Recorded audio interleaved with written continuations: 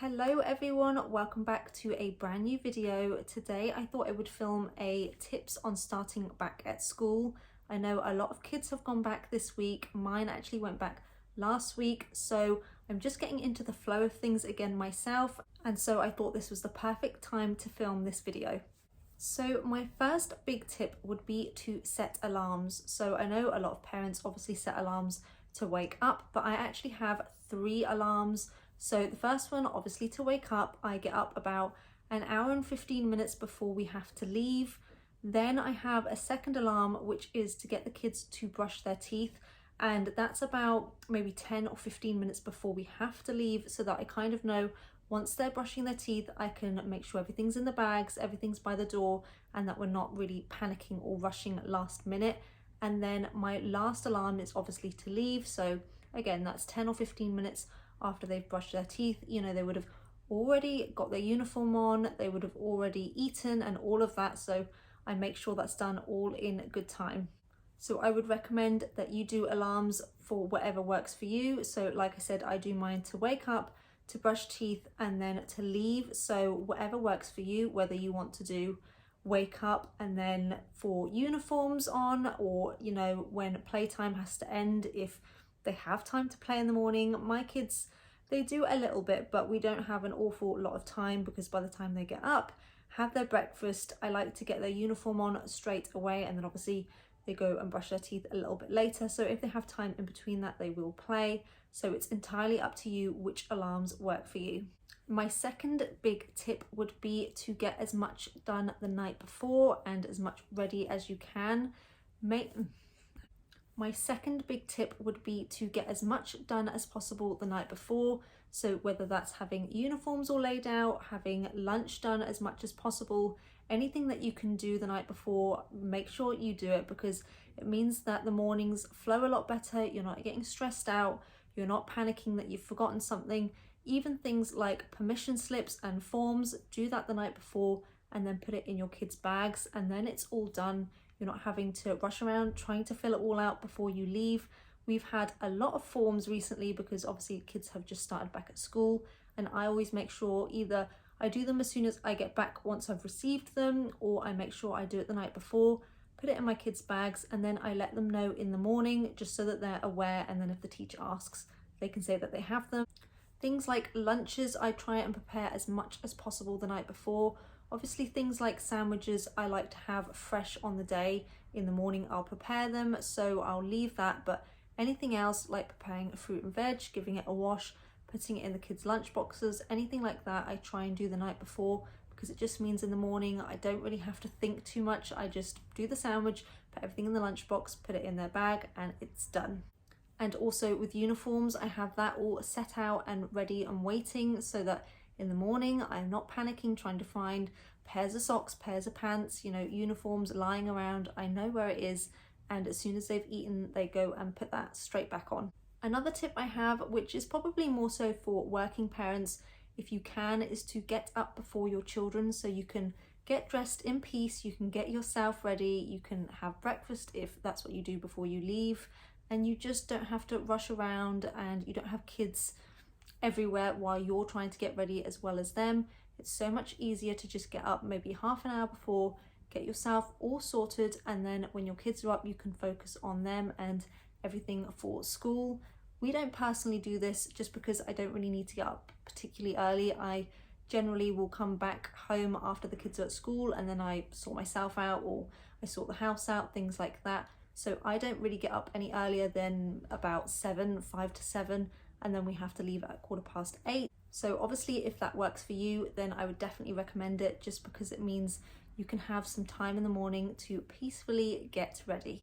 Another tip I have, which might actually be a lot of school policy anyway, is to label everything. It just makes it so much easier. You're less likely to lose uniforms and lunch boxes and water bottles and all of that good stuff. You do not want it going missing and other kids obviously taking it home. But if they do, at least if you've labelled it, then the parents know it belongs to your child, and they'll more than likely just bring it back in and you can collect it the next day. So this is the label maker that we have.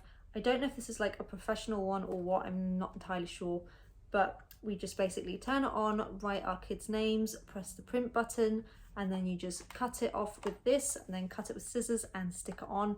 It's very, very easy, very simple, and I'm pretty sure you can get most label makers just from Amazon. I don't think they're too expensive, hopefully, and it means that you save money as well putting labels on things through uniform shops, because I know my kids' uniform shop, they do actually sell all the labels, but over time I'm sure that's just going to get quite expensive. So if you invest in a label maker, it will make it so much easier, and if they do happen to come off from time to time, you can just quickly print out a new one and you're done. But like I said, I think a lot of schools do say that you need to label things just because obviously it's easy for them, it's easy for the kids, things are less likely to get lost.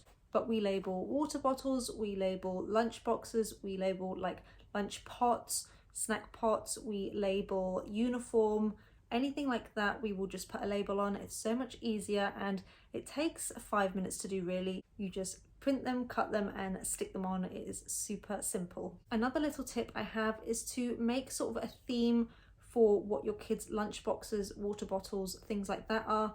So for instance, my son, he has construction, so he has construction water bottle, he has a construction lunch box, he has a construction like snack pot, all of that he has, so that they're sort of easier to recognize for the kids and they know, oh, mine's got like all the diggers on, or if you've got a girl, maybe it's got all the unicorns on, whatever it may be. I just find sometimes it's easier if you sort of have them all as a collective, as opposed to having like one rainbow thing, one unicorn thing and one other random thing. It's a little bit easier for your kids to recognize. Another tip is to get 2 of everything in terms of uniform, so like school dresses, cardigans, jumpers, trousers, anything like that. I would always get 2 of, just because it means you're not having to rush around washing something for the next day and you don't have to panic about all of that. You know you've got a spare and you can wash the rest on the weekend. For things like socks and tights, I would recommend that you get at least 3 pairs of everything, if not up to 6, just because obviously they go through that a lot quicker, and again, it means you don't have to rush around washing everything.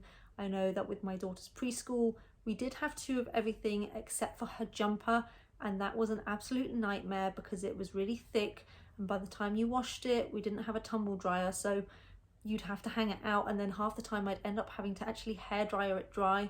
So yeah, I just recommend that you get at least 2 of all uniform.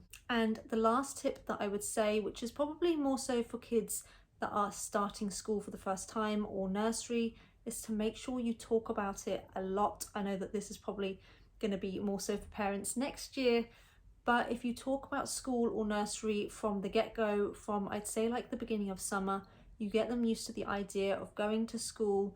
You just talk about like everything, what they're going to be doing in school, what's sort of expected of them, but make it like a positive experience, because you don't want them to sort of dread having to go to school, and equally you don't want it to be a surprise that's just sprung on them. They want to be able to know that that's where they're going in X amount of time, and just make it really light, really positive.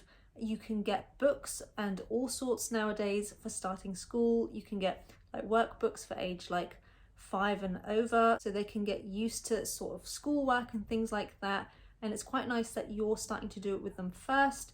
And like I said, they do lots of starting school and starting nursery books. I know that the Colour Monster has like a starting school book. I'm sure there's plenty of others out there. Just type in on Amazon. I mean, Amazon's like the be all and end all for me because that's where I get so much stuff.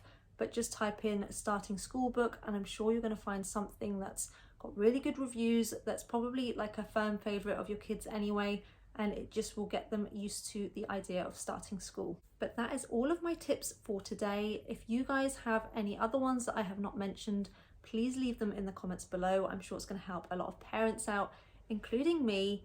But thank you guys so much for watching, and I will see you in my next one.